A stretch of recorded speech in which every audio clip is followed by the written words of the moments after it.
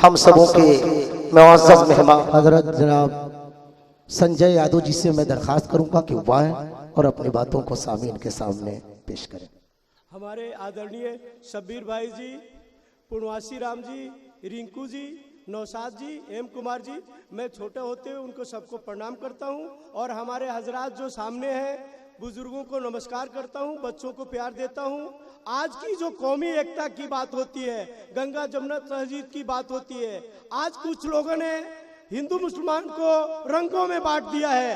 उनके लिए मैं एक छोटा सा पैगाम देना चाहता हूं। एक छोटे से फल का नाम लेना चाहता हूं, उसका नाम है तरबूज।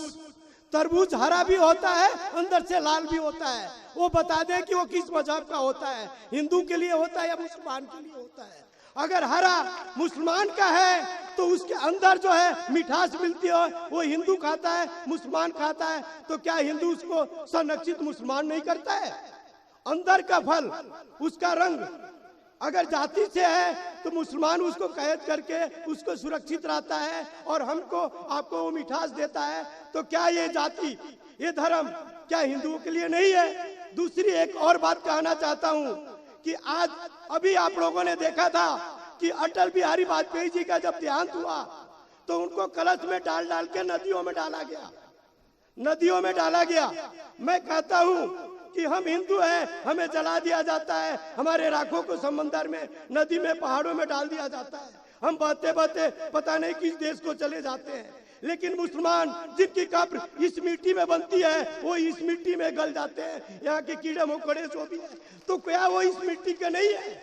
हमसे ज्यादा हिंदुस्तानी, हमसे ज्यादा अगर कोई इस मिट्टी का है तो वो मुसलमान कौम है, वो हमारे भाई है। तो मैं इतने ही कह के मैं चाहता हूँ हम हिंदू मुसलमान सिख ईसाई हमेशा एक रहे।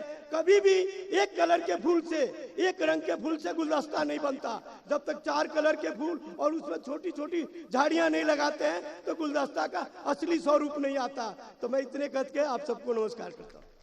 बहुत खूब, ये थे संजय यादव जी जो ये मैसेज दे रहे थे कि मंदिर मस्जिद गुरुद्वारे में बांट दिया भगवान को, मंदिर मस्जिद गुरुद्वारे में बांट दिया भगवान को, मंदिर मस्जिद गुरुद्वारे में बांट दिया भगवान को। धरती बाटी सागर बांटा, अब मत बांटो इंसान को, धरती बाटी सागर बांटा, अब मत बांटो इंसान को। ये पैगाम देकर हम सब उससे रुखसत हो गए।